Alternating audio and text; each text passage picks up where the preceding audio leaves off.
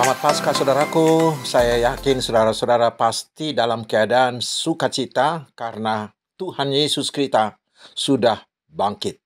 Hari ini di pesta Paskah yang kedua ini, Tuhan akan menyapa kita dengan firman-Nya. Sebelumnya mari kita berdoa. Damai sejahtera Allah yang melampaui segala akal, kiranya mengawal hati saudara-saudara sekalian di dalam Kristus Yesus Tuhan kita. Amin. Saudaraku, firman Tuhan yang akan menyapa kita di pesta Paskah yang kedua ini adalah dari kitab Keluaran pasal 14 ayat 26 hingga ayat 31. Saya bacakan untuk kita. Berfirmanlah Tuhan kepada Musa, "Ulurkanlah tanganmu ke atas laut supaya air berbalik meliputi orang Mesir, meliputi kereta mereka dan orang mereka yang berkuda." Musa mengulurkan tangannya ke atas laut. Maka menjelang pagi berbaliklah air laut ke tempatnya, sedang orang Mesir lari menuju air itu. Demikianlah Tuhan mencampakkan orang Mesir ke tengah-tengah laut. Berbaliklah segala air itu, lalu menutupi kereta dan orang berkuda dari seluruh pasukan Firaun yang telah menyusul orang Israel itu ke laut. Seorang pun tidak ada yang tinggal dari mereka. Tetapi orang Israel berjalan di tempat kering dari tengah-tengah laut, sedang di kiri dan di kanan mereka air itu sebagai tembok bagi mereka. Demikianlah pada hari itu, Tuhan menyelamatkan orang Israel dari tangan orang Mesir, dan orang Israel melihat orang Mesir mati terhantar di pantai laut. Ketika dilihat oleh orang Israel betapa besarnya perbuatan yang dilakukan Tuhan terhadap orang Mesir, maka takutlah bangsa itu kepada Tuhan, dan mereka percaya kepada Tuhan dan kepada Musa hambanya itu. Demikian firman Tuhan. Saudara-saudaraku yang diberkati Tuhan Yesus Kristus, kita pasti pernah mengalami kondisi yang kritis ketika kita menghadapi masalah yang sangat pelik, sepertinya buntu, sepertinya tidak ada jalan keluar. Terutama itu mungkin kita alami di masa-masa pandemi COVID-19 ini. Saudaraku, di keadaan seperti itu, apa yang harus kita lakukan? Firman Tuhan di pesta Paskah kedua ini mungkin bisa memberi kita pencerahan. Karena sama seperti itulah yang dialami oleh bangsa Israel di Nats ini bila kita membacanya mulai dari ayat pertama dari pasal ini. Mereka sudah dibebaskan Tuhan dari perbudakan yang sangat menyakitkan di Mesir. Tetapi ada yang aneh di ayat 1. Setelah keluar dari Mesir, anehnya Tuhan menyuruh mereka balik kembali dan berjalan menyusuri jalan yang sangat panjang. Padahal ada jalan yang sangat singkat. Dan Tuhan menyuruh mereka berkemah di tepi laut, ayat 20. Lalu Tuhan mengeraskan kembali hati Firaun, sehingga Firaun menyesal telah mengizinkan Israel keluar. Kemudian dia menyiapkan pasukan terbaiknya. Dia langsung memimpin pasukan untuk mengejar Israel, untuk membawa mereka pulang ke Mesir. Saudaraku, saat itulah Israel berada dalam kondisi kritis. Di depan mereka terbentang laut yang ganas yang tidak mungkin diseberangi dengan berjalan kaki karena mereka tidak memiliki perahu penyeberang. Sementara di belakang mereka, pasukan Firaun mengejar. Mereka menghadapi jalan buntu. Kondisi mereka benar-benar kritis, buntu, tidak ada jalan keluar. Tentu Israel sangatlah ketakutan. Karena itulah mereka bersungut-sungut seperti kita baca di ayat 11 hingga 12. Tetapi sebenarnya saudaraku, Tuhan sengaja memilih cara itu. Mengapa? Pertama, bagi Israel, inilah pelajaran dari Tuhan untuk membangun iman percaya mereka, supaya mereka benar-benar percaya bahwa Tuhan yang membawa mereka keluar dari tanah Mesir itu adalah Allah yang sejati. Untuk itu, Musa meyakinkan mereka dengan berkata di ayat 13 hingga ayat 14, "Janganlah takut, berdirilah tetap, dan lihatlah keselamatan dari Tuhan yang akan diberikannya hari ini kepadamu. Sebab orang Mesir yang kamu lihat hari ini tidak akan kamu lihat lagi untuk selama-lamanya. Tuhan akan berperang untuk kamu dan kamu akan diam saja. Mereka harus diam supaya hatinya tenang dan bisa melihat dengan jelas. Tidak ada yang terlewat dari mata mereka untuk melihat bagaimana Tuhan bekerja. Mereka harus diam. Tetapi Tuhanlah yang bekerja dan bertindak. Dan setelah melihat semuanya itu, mereka menjadi benar-benar percaya bahwa mereka telah bebas selama-lamanya dari perbudakan Mesir. Dan dengan itu, mereka juga menjadi benar-benar percaya bahwa Allah yang memanggil mereka adalah benar-benar dan satu-satunya Allah yang benar, Allah yang sejati, Allah yang maha kuasa. Dengan diam, mereka menyaksikan semua perbuatan Allah. Tetapi saudaraku, itu tidak terjadi dalam sekejap. Semuanya melalui proses. Lihatlah, Tuhan menyuruh Musa mengangkat tongkatnya dan mengulurkannya ke atas Laut Merah itu. Dan disitulah Tuhan menunjukkan bahwa dialah Allah penguasa segala alam semesta. Karena semalam-malaman itu Tuhan menyuruh angin timur menguakkan air laut hingga terbelah dan kering, ayat 21. Sehingga bangsa Israel yang jumlahnya hampir 1.000.000 orang itu dan seluruh ternak dan milik mereka bisa berjalan tenang menyeberangi laut yang sudah kering itu. Dan setelah mereka tiba di seberang, disitulah mereka benar-benar telah bebas. Dan mereka benar-benar melihat kuasa Allah Yahweh yang tidak ada bandingnya itu. Itu yang pertama. Dan alasan yang kedua, mengapa Tuhan menggunakan cara kritis seperti ini? Ini menyangkut Firaun. Tuhan untuk terakhir kalinya mengeraskan hati Firaun agar Firaun menggunakan segala kemampuannya hingga yang paling puncak untuk melawan kehendak Allah. Dan setelah tiba pada puncaknya, disitulah Tuhan bertindak. Sebelum air laut itu terbelah, Tuhan menunjukkan kuasanya terhadap alam. Tiang awan yang sebelumnya berjalan di depan Israel, sekarang bergerak ke belakang sehingga tiang awan itu mengantarai Israel dengan pasukan Firaun. Dan itulah menimbulkan kegelapan sehingga pasukan Firaun tidak bisa melihat barisan Israel. Dan kemudian setelah semua bangsa Israel menyeberang, pasukan Firaun itu pun tibalah di Laut Merah yang sudah menjadi kering itu. Mereka juga mungkin ikut kagum. Dan mereka turut menikmati mujizat Tuhan melalui laut yang terbelah itu. Tetapi untuk apa? Mari saudaraku, lihat apa yang terjadi kemudian.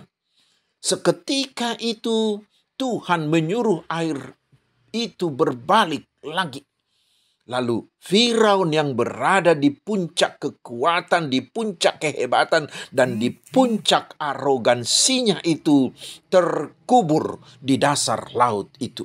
Tidak ada yang tersisa lagi. Disitulah terlihat baik Firaun juga bagi Israel dan juga bagi kita sekarang. Bagaimanapun kehebatannya itu, bagaimanapun kehebatan manusia yang melawan Allah itu hanyalah seperti sebutir debu ketimbang kuasa Allah Yahweh. Dan terlihatlah benar-benar Tuhanlah yang berperang bagi umatnya, ayat 25. Dan terlihatlah betapa hebatnya Allah Yahweh, ayat 31.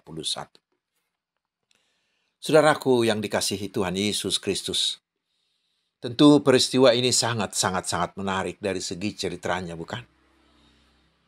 Sangat menarik juga terutama bagi iman kita. Banyak pesan yang bisa kita petik dari itu. Kita ambil beberapa saja. Pertama, Allah membebaskan umat pilihannya dari perbudakan yang sangat menyakitkan. Semuanya itu terjadi dari inisiatif Allah sendiri. Peristiwa pembebasan Israel ini adalah pendahuluan dari pembebasan manusia yang utama. Pembebasan yang utama itu. Karena sejak manusia jatuh ke dalam dosa, manusia telah menjadi budak dosa dan budak iblis. Lalu manusia harus menanggung derita yang tak terperikan di dalam perbudakan tersebut.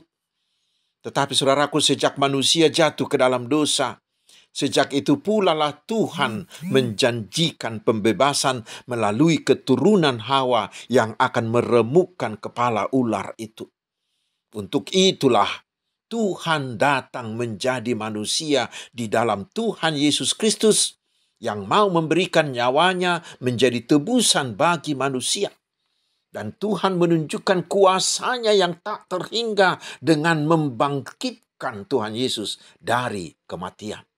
Dosa, iblis, dan kematian yang sebelumnya begitu berkuasa, yang tidak ada bisa melawannya, sekarang saudaraku di-KO-kan, dihancurkan, bertekuk lutut di kaki Tuhan Yesus.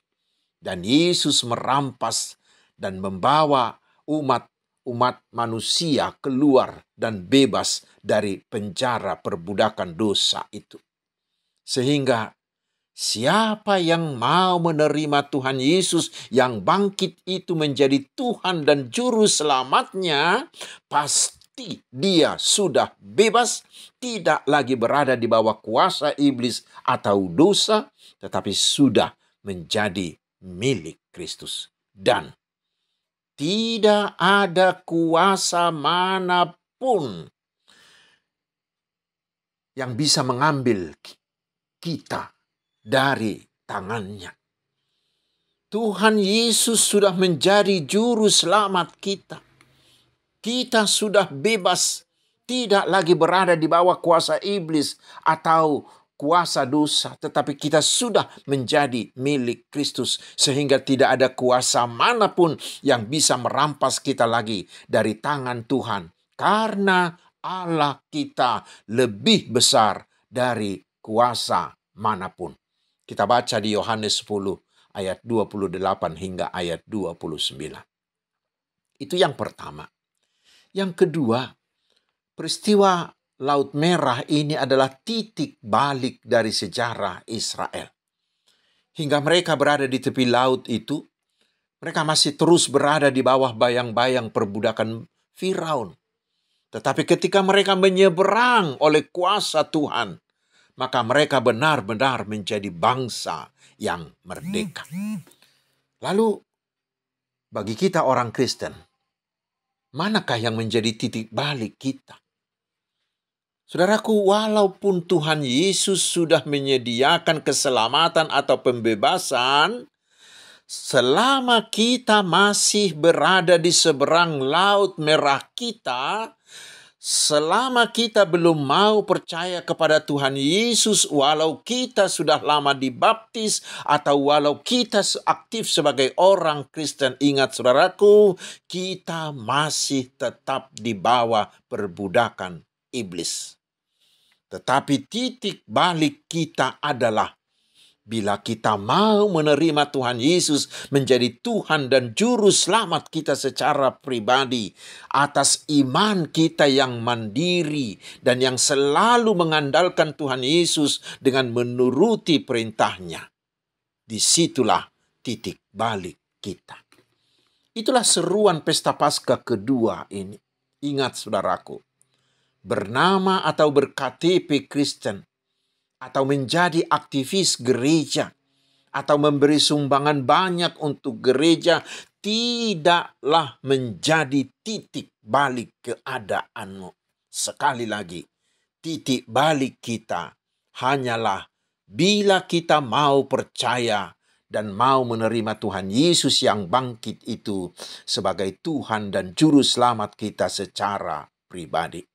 Karena itu ambil keputusanmu hari ini supaya saudara benar-benar terbebas dari Firaun-Firaun dosa. Dan saudara menjadi milik Tuhan Yesus, anak Allah. Menjadi pewaris hidup kekal yang disediakan Tuhan Yesus. Itu yang kedua dan yang ketiga saudaraku. Semuanya itu terjadi adalah atas inisiatif Allah sendiri. Dan Tuhan memilih Israel. Pemilihan itu adalah hadiah, adalah pemberian gratis bagi Israel. Dan itu jugalah yang dilakukan Tuhan Yesus bagi kita. Keselamatan tersebut tadi diadakannya atas inisiatif Allah sendiri. Hanya untuk menyelamatkan kita. Dan kemudian, keselamatan itu diberikan secara gratis. Kita menerimanya cukup hanya dengan percaya saja. Sekali lagi, kita menerima keselamatan itu cukup hanya dengan percaya saja. Bukan karena atau tidak perlu ditambah dengan amal baik perbuatan kita. Sekarang yang keempat, saudaraku. Peristiwa Laut Merah terutama dengan peristiwa kebangkitan Tuhan Yesus. Ini sudah cukup meyakinkan kita dan sudah cukup membuktikan bahwa Allah Yahweh itulah satu-satunya Allah pencipta langit semesta yang berkuasa, Allah yang sejati. Dialah Allah yang sudah datang di dalam Tuhan Yesus Kristus. Karena itu, peristiwa Laut Merah dan peristiwa Paskah sudah cukup bagi kita untuk mengambil keputusan saat ini untuk hanya percaya kepada Tuhan Yesus saja. Dan yang kelima, saudaraku, karena itu andalkanlah Dia. Terutama bila kita menghadapi situasi kritis, bila kita menghadapi jalan buntu. Ingatlah pesan Musa, diamlah, biarkan Tuhan yang berperang untukmu. Maka lihatlah, ketika tidak ada jalan lagi, Tuhan akan membuka kita jalan. Bagi Tuhan selalu ada jalan bagi kita. Nyanyikan dan imanilah lagu ini. Ku tahu Tuhan pasti buka jalan. Dialah jawaban atas segala kebuntuan akibat masalah yang kita hadapi. Asalkan kita mau diam. Asalkan kita mau menunggu dalam iman yang penuh. Asalkan kita membiarkan Tuhan bekerja untuk kita. Ingat saudaraku, Tuhan tidak pernah tidur. Tuhan tidak pernah mengabaikanmu. Karena itu andalkan Tuhan, karena Dialah Allah yang maha kuasa. Dan yang terakhir, saudaraku, janganlah ada dari antara kita yang seperti Firaun yang menyombongkan kehebatannya, agar kita tidak dihabisi oleh Tuhan.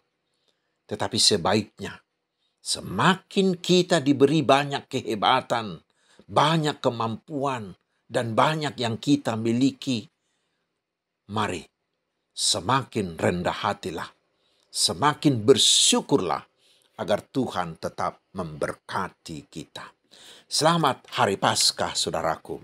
Amin. Marilah kita berdoa. Ya Tuhan yang maha kasih dan maha mulia, di pesta Paskah yang kedua ini kami diyakinkan bahwa Tuhan Yesuslah satu-satunya juru selamat kami yang membebaskan kami dari perbudakan dosa dan iblis. Ya Tuhan, berilah kami Roh Kudus-Mu, sehingga hari ini kami mau mengambil keputusan untuk mengikut hanya Yesus dan hanya mengandalkan Yesus dalam seluruh hidup kami. Karena kami tahu pasti hanya di dalam Dia ada jalan, hanya di dalam Dia ada jawaban atas seluruh masalah dan kebuntuan hidup kami. Ya Tuhan Bapa yang maha baik, kami memohon, biarlah kebaikan-Mu melimpah atas kami. Biarlah Engkau mencukupkan segala kebutuhan kami, menguatkan kami menghadapi segala romantika kehidupan ini, memberi kekuatan bagi kami untuk selalu melakukan kehendak-Mu, sehingga seluruh hidup kami menjadi ucapan syukur bagi-Mu saja. Terima kasih. Terpuji namamu Allah yang maha besar dan maha agung. Di dalam nama Tuhan Yesus Kristus yang sudah bangkit. Dan biarlah kehendakmu yang jadi atas kami. Damai sejahtera Allah yang melampaui segala akal.